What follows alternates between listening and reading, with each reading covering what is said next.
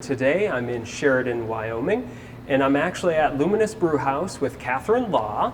Catherine, thank you for joining me. Of course. She's the taproom manager of the brew house here. I guess probably a good place to start is, how did the brew house begin? I mean, who started it and why did it get started? So what I know is Cooley Butler and Seth Orr, some people that grew up here locally. They started just home brewing for fun, and they had this dream about, let's create a space where the community can come and try different beers. Luckily, Sheridan is a place that craft is truly king, and so for us, there wasn't a cap on craft in Sheridan, right? So for us to be able to start a brewery off of these home brewers is such a cool thing, and it's the roots of who I think Wyoming is and what we stand for. So they started brewing in 2013, and the community really took to our branding and who we are and why we existed. So we found this place that we're in now. Where exactly is it located? And talk about the building itself. Yeah, so it's 504 Broadway. Okay. It's actually a couple blocks from Blacktooth, which is cool because we're walking distance from two amazing experiences. We put in all these wood beams, the tap wall, this bar area, which is really unique and people love because this is actually a cool strip. So we have copper pipes through our bar, and there's glycol shooting through it, and then it's filled with epoxy. And so people, it's incredible the amount of people that come in and they're like, oh, I've never seen this. We're lucky enough that the hopes that we had to create a space where people feel comfortable, that they have their spot, that they feel like there's something for them on the menu actually was created. And so people kind of call Luminous Sheridan's living room. So it's this like Cheers vibe, right? You come in and people know you by name. We're family friendly, so that's something different that we offer for the community. And it was very important for us to have low barriers for people to experience Luminous's culture. So what that meant for us is, whether you're a drinker, whether you're underage, whether you're not a drinker, we wanted something to be on the menu for them. So on our menu, you see the beers, and then you see our seasonals, and then we have a non-alcoholic section. So we make root beer in-house, which sells so often. It is incredible.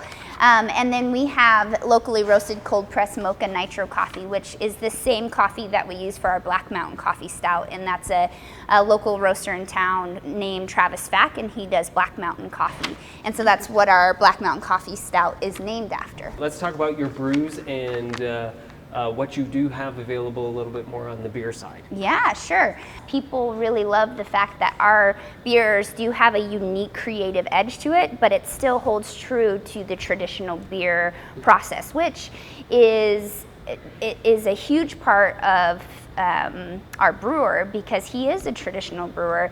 Josh Levine is an incredibly talented brewer who we're lucky to have as a part of Luminous. And so we're able to take these concepts and these creative ideas of, let's add fruit into beer, let's do chili ale, let's do, our new one is the Dandelion Honey Rye.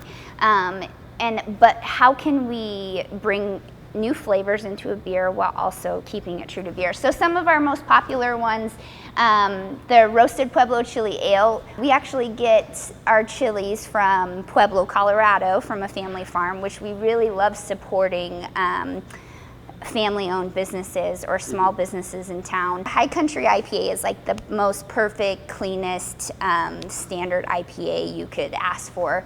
The one that we're most excited about right now is that Dandelion Honey Rye. It's a part of what we call the Wild Collection, and we spell it W-Y-L-D. And that's basically to pay homage to our state and who we are and why we are what we are and our land. And so that Dandelion Honey Rye was brewed with Bighorn Mountain dandelion blossoms, 48 pounds. Actually, the community helped us pick these. Oh, wow. Yeah, it was incredible.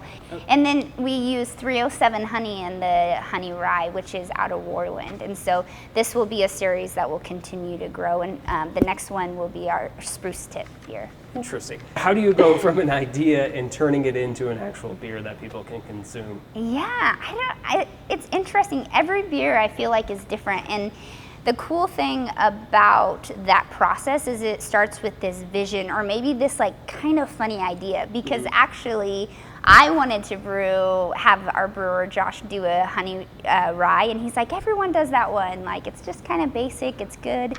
And then we started talking about dandelions, and I was like, dandelions, they're like the underdog of the flowers. Like, we could do a whole like satire piece about how Luminous is for the underdog, and we see everybody, you know. And so it started like that, and we didn't go off of that vision a whole bunch, but that's where it started, was this seed of like, well, let's just be weird and see what we can do with this. Let's talk about the process, though, of what it actually takes to make the beer. So obviously you get the unique idea, and then what do you do from there as far as kind of here in the back? So first of all, when you have an idea about a beer, when I wanted to do the dandelion honey rye, our brewer was like, hey, you need to think about what kind of mouthfeel do you want it to have? Because a lot of people don't think about, a mouthfeel is a strange concept, but when you drink beer, sometimes your mouth feels dry, sometimes there's a creamy mouthfeel, and then what color do you want it to be? Do you want it to end dry? Do you want it, how sweet do you want it to be? So first you have to sit down and really map out end goal to be. And so from there, our brewer just takes it and flies with it. So you have the barley, and the barley and water go into what you call a mash tun. And so that soaks for a while, and then you have like this starchy liquid.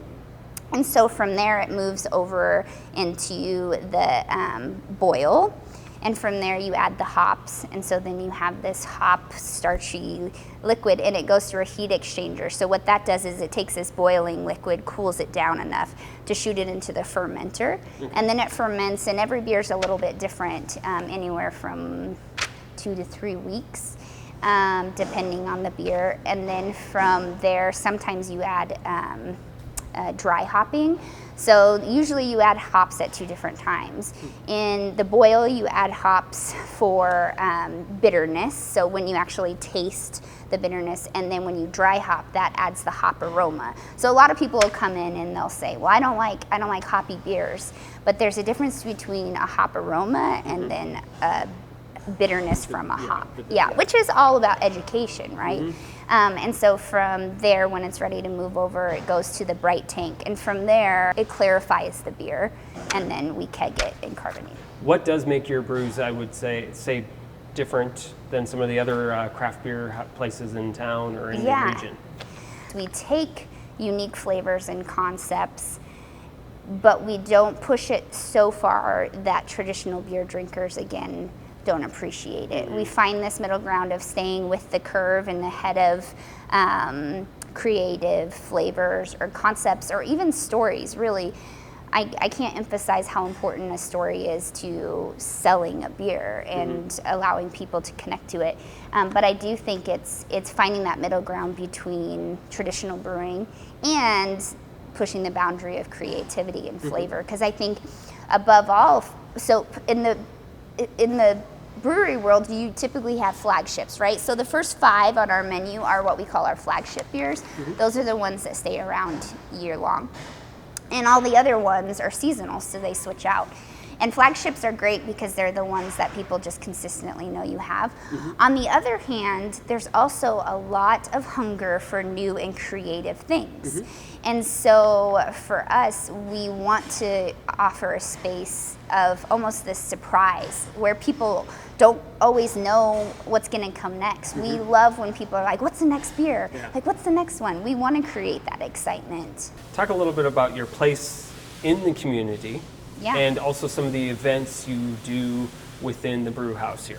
So something that we do every week is called Wort Pretzel Wednesday, which wort is kind of a funny sounding name, especially if you call it wort, but it's wort.